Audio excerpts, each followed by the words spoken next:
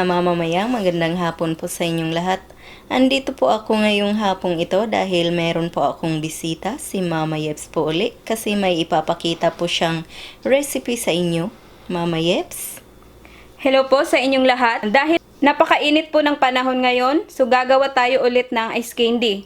Pero ibang flavor na naman. Ang gagawin natin ay ube flavor. Ito na po yung ating mga sangkap na gagamitin. Una po itong ating kamote na kulay purple. 1.5 liter na tubig or 6 cups na tubig. Evaporated milk. Condensed milk. 1 cup na corn starch or 12 tablespoon. 1/2 cup na white sugar. 1/2 cup na powdered milk.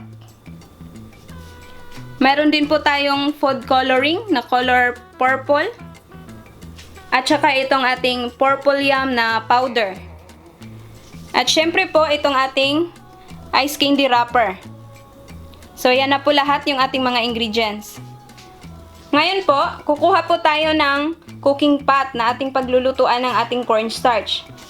So ilagay ko na po itong ating 1.5 liter na tubig.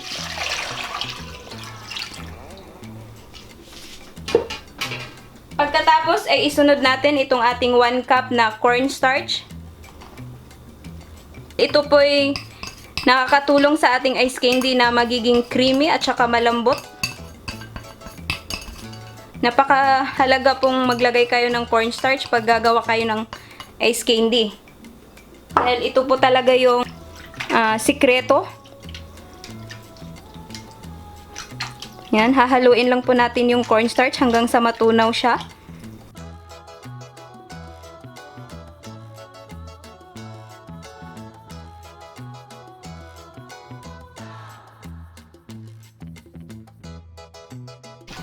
Ngayon pong natunaw na yung ating cornstarch ay ilalagay na po natin siya doon sa ating stove. Ayan po, nakasalang na po siya sa ating stove at na-on ko na po yung apoy. Hahaluin lang po natin siya hanggang sa maluto itong ating cornstarch. Malalaman po nating malapit na po itong maluto pag sticky na siya. Yan. Hahaluin nyo lang po ng hahaluin para hindi magbuo-buo yung cornstarch. Tapos hinaan nyo lang din po yung apoy.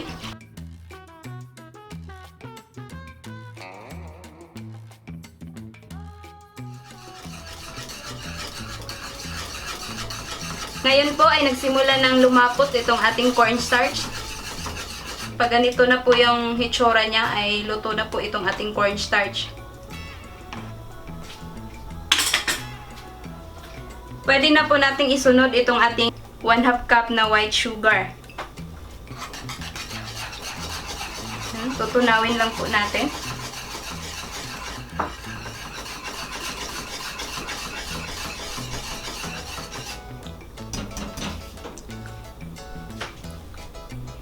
Isunod ko na din po itong ating 1/2 cup na powdered milk. Kahit anong brand ng powdered milk. Pwede po, hahaluin lang po natin ng mabuti para hindi magbuo-buo.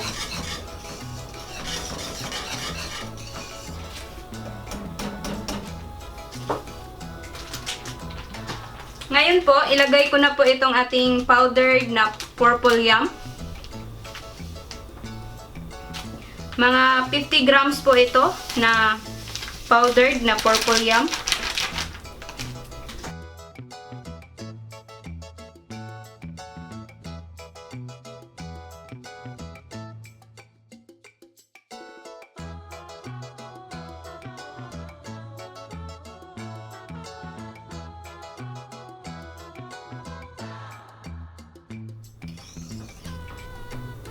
Ngayon po, pag ganito na po yung hitsura niya, pwede na po nating patayin yung ating apoy.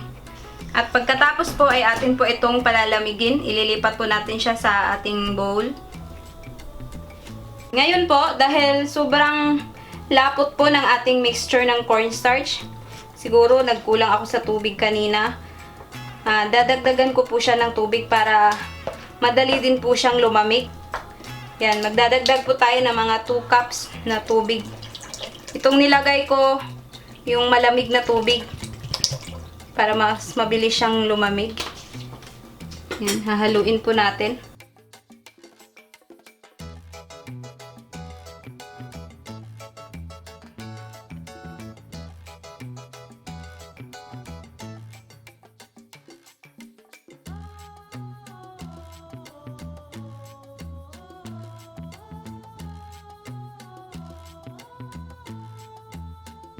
I-set aside po muna natin ito dahil i-blend po natin yung ating kamote.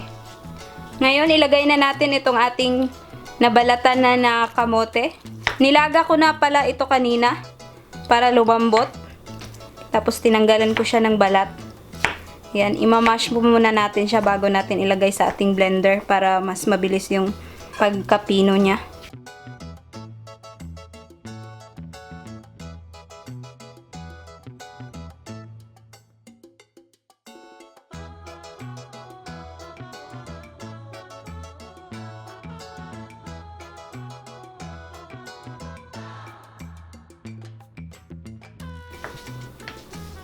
Ngayon, pwede na po natin siyang ilagay sa ating blender. Ngayon, ilagay na po natin siya dito sa ating blender. So, pag ganito na blender yung gagamitin nyo, kailangan lalagyan nyo muna ng evap milk sa ilalim dahil para hindi siya didikit, mahihirapan po kayong pinuhin yung ating kamote. So, pagkatapos nyan, ilalagay na natin itong ating kamote na na-mash.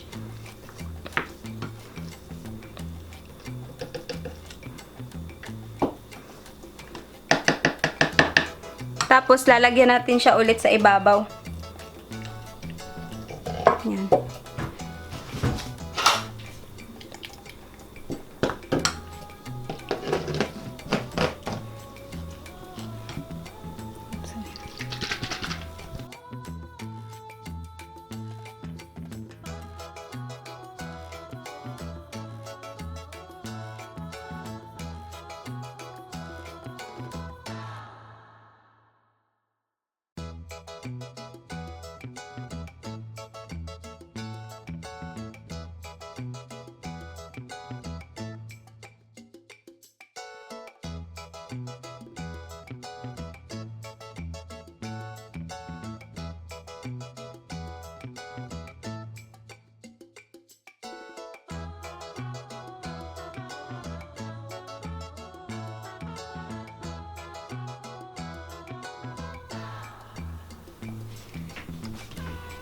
Ngayon po, ito na po yung ating na-blend na kamote. Ito na po yung hitsura niya.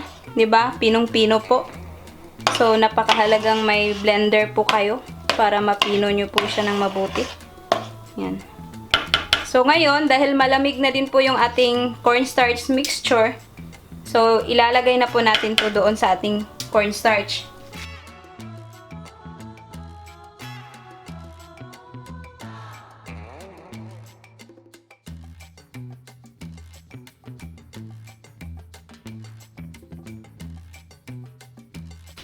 Hahaluin lang po natin.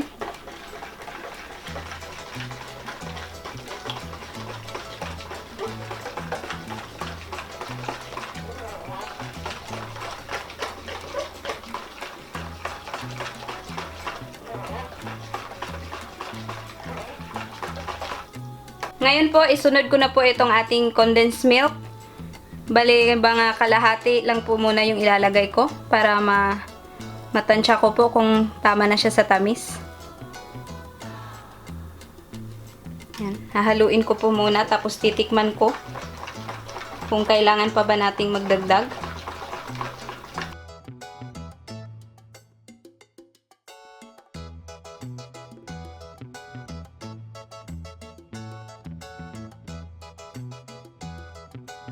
Natikman ko po, medyo matabang pa po siya. So, ilalagay ko na lang po itong lahat. Bali, 1 can na po itong nailagay ko na condensed milk. Pero, depende na po yan sa taste nyo. Kung gusto nyo ng medyo matabang, kayo na po yung mag-a-adjust.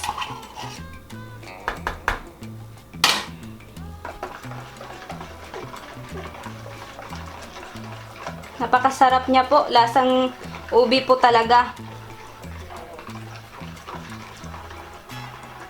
Kung may balak kayong magbenta nito, nako, patok na patok po ito. Dahil napaka-creamy po ng ating ice candy.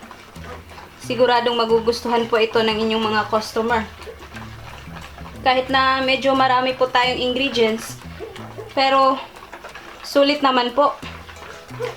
Makukuha nyo yung gusto nyo na lasa ng inyong ice candy. Ngayon po, para mas lalong magkulay na ube yung ating mixture, maglagay po ako ng 2 patak nitong ating food coloring. Pero optional lang naman po ito kung ayaw nyo po ng lagyan. Okay na rin po kasi makulay na po itong ube natin or yung kamote na ginamit natin.